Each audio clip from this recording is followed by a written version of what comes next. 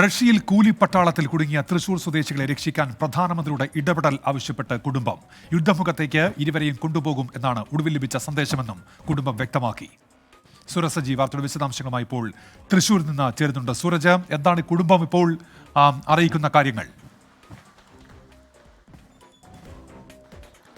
ഉന്മേഷ്, ഞാനിപ്പോൾ നിൽക്കുന്നത് ഈ കുറാഞ്ചേരിയിലെ ബിനിലിന്റെ ബന്ധുവീട്ടിലാണുള്ളത്. ഇവിടെ ബിനിലിന്റെ ഭാര്യയുണ്ട്, അതോടൊപ്പം തന്നെ ഇവിടെ നിന്ന് പോയ ജയിന്റെ അമ്മയുണ്ട്. ഇവരെ എല്ലാവരെയും സംബന്ധിച്ച് വലിയ ആശങ്കയാണ് നിലനിൽക്കുന്നത്. അതായത് ഏപ്രിൽ മാസമാണ് ഇവർ ഈ റഷ്യയിലേക്ക് പോകുന്നത്. ഇലക്ട്രിക് ജോലിക്കെന്ന് പറഞ്ഞായിരുന്നു ഇവിടെ നിന്ന് പോയത്. പക്ഷേ റഷ്യയിലെ കൂലിപ്പട്ടാളത്തിൽ പിന്നീട് ജോലി ലഭിക്കുകയും അവിടെ ഈ കൂലിപ്പട്ടാളത്തിൽ ചേരുകയുമായിരുന്നു. പക്ഷേ ഇപ്പോഴുള്ള ആശങ്ക എന്ന് പറയുന്നത് ഇവരെ ഈ സൈനികർക്ക് വേണ്ട സഹായം ചെയ്യുന്നതിന് വേണ്ടിയാണ് ആദ്യം നിയമിച്ചിരുന്നെങ്കിൽ ഇപ്പോൾ ഇവരെ ഈ ഫ്രണ്ട് ലൈൻ പോരാളികളാക്കി മാറ്റുന്നു എന്നുള്ളതാണ്. അത് 4 പേർ വീതമുള്ള ഓരോ ബാച്ചുകളായാണ് കൊണ്ടുപോയത്.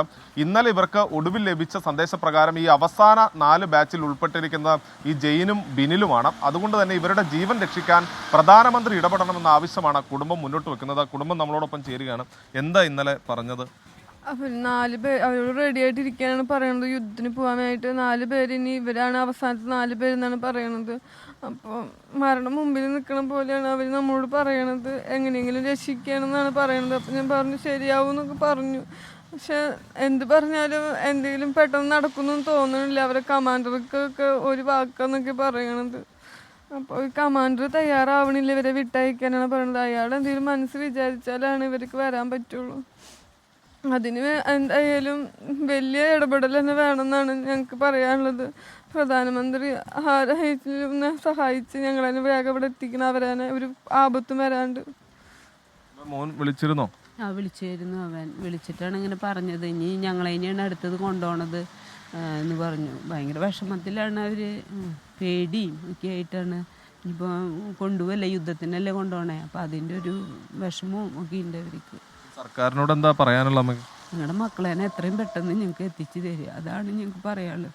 ഞങ്ങൾക്ക് ആരോടാണ് പറയേണ്ടതെന്നൊന്നും ഞങ്ങൾക്ക് അറിയില്ല. ഞങ്ങൾ ആരോട് വേണമെങ്കിലും പറയാം. ഞങ്ങളുടെ മക്കളേനെ എത്തിച്ചു തരിക, അതാണ് ഞങ്ങൾക്ക് വേണ്ടത്. പറഞ്ഞിരുന്നോ? ബന്ധപ്പെട്ടിരുന്നല്ലോ? ബന്ധപ്പെട്ടിരുന്നു MP-മാരോടും, പിന്നെ സുരേഷ് ഗോപി സാറിനോട്, പിന്നെ കളക്ടറോട്, പിന്നെ എംബസിയിൽ വിളിക്കുന്നുണ്ട്. ജോയ്സിയും എൻ്റെ മോൻ ജെറിയും കൂടിയിട്ട് വിളിക്കുന്നുണ്ട്. അവർ എന്നും വിളിക്കും. ഒരു 2 ദിവസം കൂടുമ്പോൾ വിളിക്കുമ്പോൾ അവർ പറയുന്നത് ഞങ്ങൾ നോക്കുന്നുണ്ട്, ശരിയാക്കി തരാം, നോക്കുന്നുണ്ട്. അങ്ങനെയാണ് അവരെന്നും പറയണത്. അവർ വലിയ പേടിയിലല്ലേ?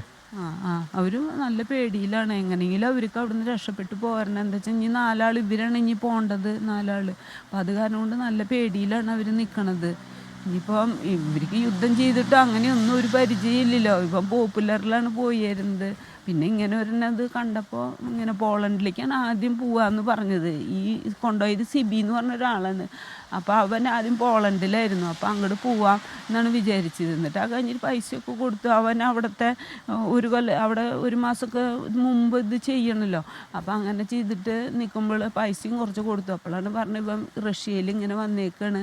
അപ്പോൾ ഇവർ പറഞ്ഞു ഞങ്ങൾ പോരുന്നില്ല, റഷ്യയിൽ യുദ്ധമൊക്കെ അല്ലേ, ഞങ്ങൾ പോരുന്നില്ല.